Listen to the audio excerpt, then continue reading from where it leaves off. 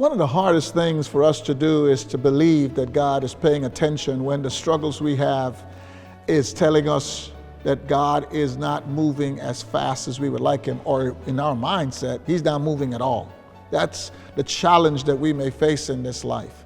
You know, when we come to the point where we have to wait on God, the Bible literally don't hide that from us. He says the person who waits will eventually mount up like an eagle and soar. So, you know, that's the Bible is careful about that. I mean, you've got people waiting for 40 years because their parents and adults beyond 20 and above decide not to listen to God. So 40 years got to go by in a wilderness, and he's given them the length of that. You got people in Egypt told that this is going to be 400 years before you get out. That there's times when we're told to wait, that for Christ to return, wait, when he's not going to tell us when.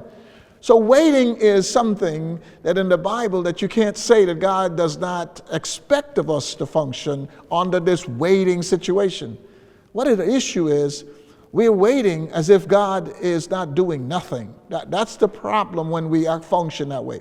God is always busy behind the scenes, operating and making things work. Babies are being born a lot in Egypt. He's sustaining them, watching over them. You go to 70 years in Babylon. He made sure they were doing so well they wouldn't go back when Ezra was asking for them to go back. When Nehemiah challenged them to go back, they were doing good. God blessed them.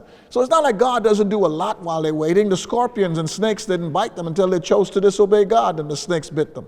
Because there were scorpions and snakes all over the wilderness. That didn't happen. So there was water and there was bread coming from heaven.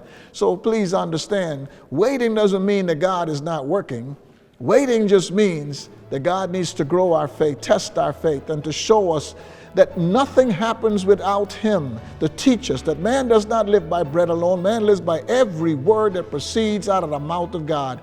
God wants to teach us that he keeps his promises, that he's faithful God, that he's always good, always loving. He is mighty over any struggles we can go through. So waiting exposes us to the greatness of God and the need of us to empty ourselves of ourselves, so that God becomes our everything.